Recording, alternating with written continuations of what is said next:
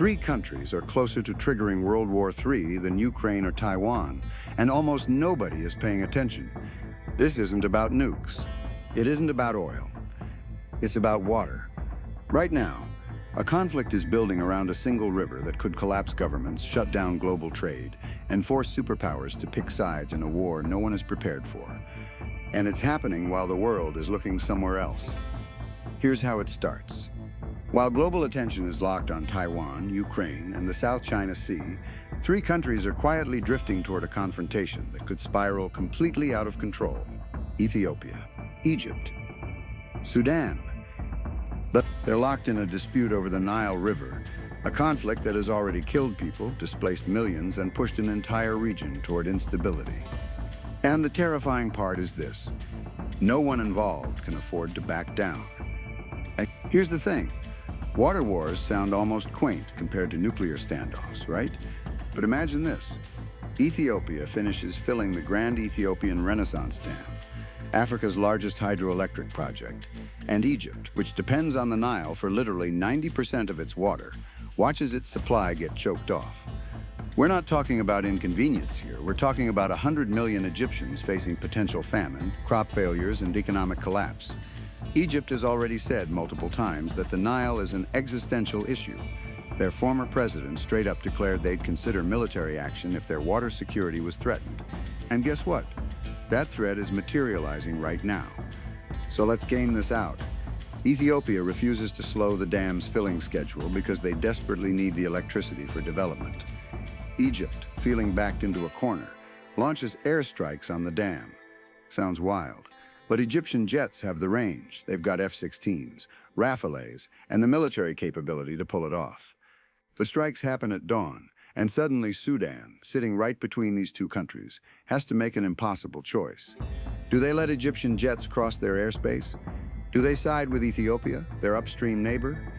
Either way, Sudan's getting dragged in, and this country's already dealing with its own brutal civil war that's killed thousands. Now here's where it gets crazy. The African Union tries emergency mediation, but it's too late. Ethiopian forces mobilize toward the Sudanese border, claiming they need to secure the dam region. Egypt reinforces positions in the Sinai and along the Libyan border because they're paranoid about getting flanked. And then the dominoes really start falling. Eritrea, which has close ties to Ethiopia, starts making threatening moves toward Sudan's Red Sea coast.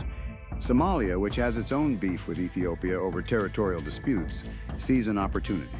South Sudan, already unstable, finds its oil exports threatened as the conflict disrupts pipelines. Within weeks, you've got a regional war involving like 7 countries. But wait, it gets worse. Saudi Arabia and the UAE have massive investments in Egyptian agriculture and infrastructure. They cannot afford to watch Egypt collapse. It would destabilize the entire Arab world and send refugee waves that would make 2015 look manageable. So the Saudis start supplying Egypt with intelligence, weapons, maybe even air defense systems. The UAE sends military advisors. Real talk. These are combat troops in everything but name. Turkey, which has been building influence in the Horn of Africa and has military agreements with Somalia, backs Ethiopia because they want to counter Saudi and Emirati power in the region. Suddenly you've got NATO member Turkey on one side and Saudi Arabia, a major US partner, on the other.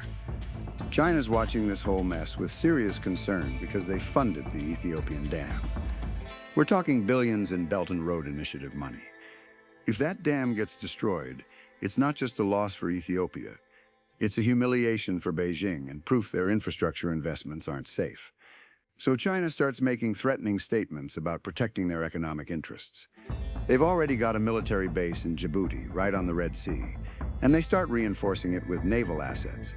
Russian mercenaries, because of course, start showing up in Sudan offering their services to whoever pays most.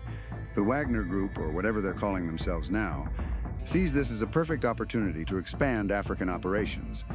And here's what nobody saw coming. Israel gets involved. Why? Because they've got quiet but deep intelligence partnerships with several Gulf states and serious concerns about Nile stability affecting regional migration and terrorism. Plus, they've been conducting secret negotiations with Ethiopia for years. Israeli drones start appearing over the conflict zone. providing reconnaissance that somehow ends up helping multiple sides depending on Israel's shifting calculations. The Suez Canal, which handles roughly 12% of global trade, becomes a potential flashpoint. Egypt threatens to restrict passage for countries supporting Ethiopia.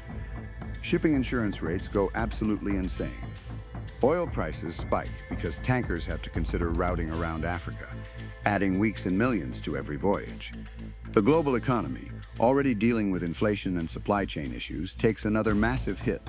Americans start seeing it at the gas pump within days. European industries that depend on just-in-time delivery systems start shutting down production lines. The humanitarian catastrophe is low-key apocalyptic. We're talking tens of millions displaced, famine spreading across East Africa as agricultural systems collapse, refugee flows into Europe that make previous crises look like practice runs.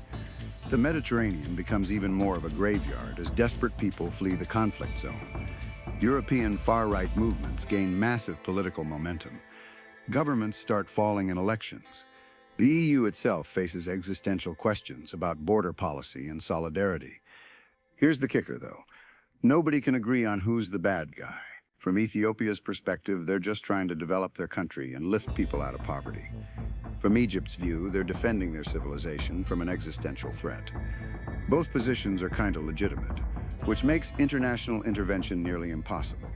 The UN Security Council holds emergency sessions, but Russia and China veto anything that threatens their interests. The US is paralyzed because they've got partners on multiple sides and honestly can't decide what serves American interests. NATO starts having internal arguments about whether this even concerns them. And all of it happens because the world was watching Ukraine and Taiwan, while the Nile quietly became the most dangerous place on Earth. No nuclear weapons needed. No massive armies clashing across European plains. Just 3 countries, 1 river, and the catastrophic failure of everyone else to pay attention until it was way too late. That's honestly how World War III starts. Not with the conflicts everyone's preparing for, but with the crisis nobody saw coming until the first bombs were already falling.